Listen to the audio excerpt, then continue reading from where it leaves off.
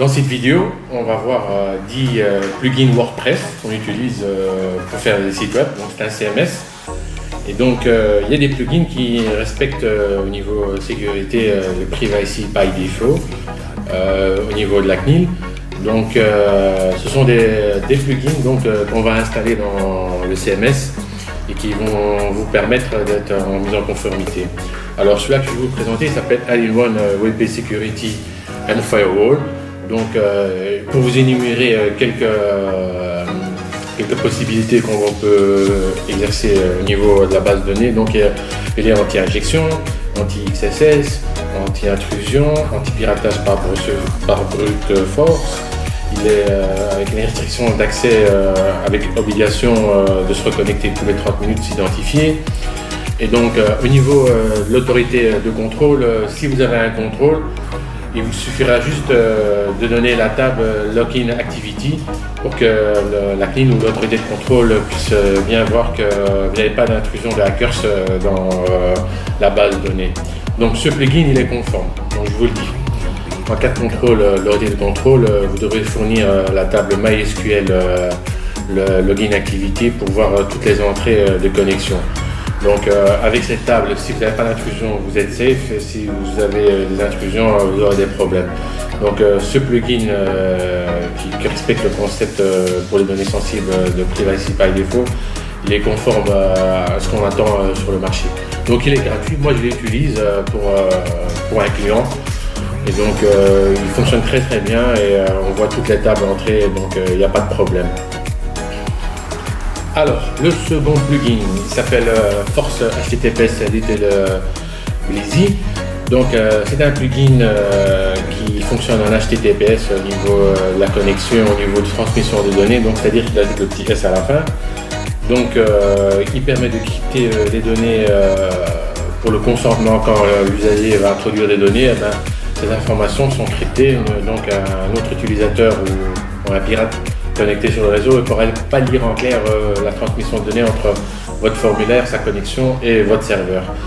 Donc, alors pour le mettre en fonction, donc, vous devez vous assurer au niveau du provider qu'au niveau des serveurs chez lui, il a bien des certificats HTTPS et que vous pouvez l'installer pour pouvoir l'utiliser. Donc ça, c'est à vous de voir. Moi, je ne peux pas répondre à cette question. Pour moi, personnellement, j'utilise, mais vous, chez vous, je ne sais pas. Donc, c'est à vous de voir, de vous débrouiller pour la suite. Donc, je vous donnerai un lien en dessous pour chaque plugin. Donc, vous verrez ce plugin, comment il fonctionne. Vous pouvez trouver de la documentation sur Internet et donc, vous aurez l'adresse à la fin. Alors, pour ce module qui s'appelle Tarte au citron, donc c'est .js. Donc, c'est un petit langage en JavaScript, un petit module qui s'installe toujours dans WordPress. Et il permet d'afficher donc le petit bandeau pour les cookies, les pop-up comme on en appelle. Et donc il va permettre à l'utilisateur de paramétrer son consentement au niveau des cookies. Donc c'est un bandeau qui est reconnu par la CNIL, par l'autorité de contrôle. Et donc il est conforme pour le RGPD et il fonctionne. Et donc il est gratuit, vous pouvez l'utiliser, mais l'installation est un peu plus technique. Donc voilà, donc ça c'est à vous de voir avec votre informaticien. Et donc si vous pratiquez, si vous avez une boutique de commerce, vous pratiquez le retargeting de l'utilisateur, vous devrez l'installer, c'est obligatoire. Donc au niveau du RGDP, après la mise en conformité, après le 28 mai, il y a des sites web qui n'étaient plus obligés d'avoir des cookies et tout ça, donc ça c'est à vous de voir au cas par cas, quoi. Donc le bandeau, en tout cas, il reste obligatoire pour une vitrine, pour un site web qui fait du targeting sur le net, quoi. Donc voilà. Prochain cookie, le prochain module que je vais parler s'appelle Cookie Boot. Et donc c'est un module qui est un peu plus facile techniquement à installer, qui est valable comme le précédent que je vous ai donné. Et donc il fonctionne avec WooCommerce aussi, donc il n'y a pas de problème. Et donc il y a juste, vous devez faire attention au niveau de l'extension du fichier et non du fichier. Par exemple dans l'illustrateur, vous aurez une balise qui est en HTML qui s'appelle Data Cookie Consent. Et donc vous devrez ajouter à chaque script JavaScript à la fin pour chaque consentement au niveau des cookies. Donc avec ce cookies, vous pourrez l'installer, si je me rappelle bien, sur un site web de 100 pages. Donc il ne fonctionnera pas plus de 100 pages. Voilà. Alors maintenant on va parler d'un module qui s'appelle Piwik Matomo.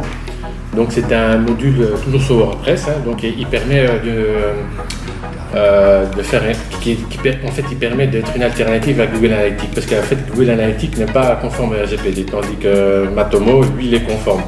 Il est approuvé par l'autorité de contrôle, par la CNIL, quoi, pour faire simple en France. Donc il va pouvoir mesurer les visites sur votre site et il va masquer les derniers requêtes de l'adresse IP. Donc ce module il est reconnu par la CNIL. Donc si vous l'avez installé et que vous comptez l'installer, vous êtes bon pour la mise en conformité pour cette partie-là. Donc c'est une alternative qui est gratuite. Donc en attendant que Google Analytics soit reconnu par la CNIL et en fait Google Analytics pour le moment il essaye d'être conforme aux lois européennes, aux lois des États-Unis. Donc il n'a pas encore obtenu l'agrément, donc pour le moment il n'y a que celui-là, donc il n'y a que Matomo, quoi. Alors comme module de consentement, donc là on a Flamingo et Contact Form. Contact Form lui pour le consentement il prévoit des options, des cases à cocher, et pour Flamingo lui nativement il conserve donc les données. Donc pour qu'ils soient conformes, donc ces deux modules sont conformes pour le RGPD avec WP Control, donc ils sont validés par la CNIL s'ils sont ensemble, soit Contact Form, soit Flamingo avec WP Control, un des deux.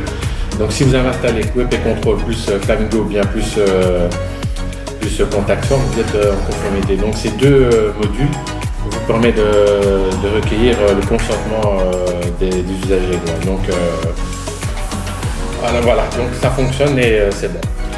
Alors le dernier module qu'on va voir dans cette vidéo, il s'appelle WP GDPR, donc c'est un module de portabilité des données. Donc en fait si un usager perd ses logins et mot de passe, qui veut télécharger ces données, donc ce module va vous permettre de faire tout en un.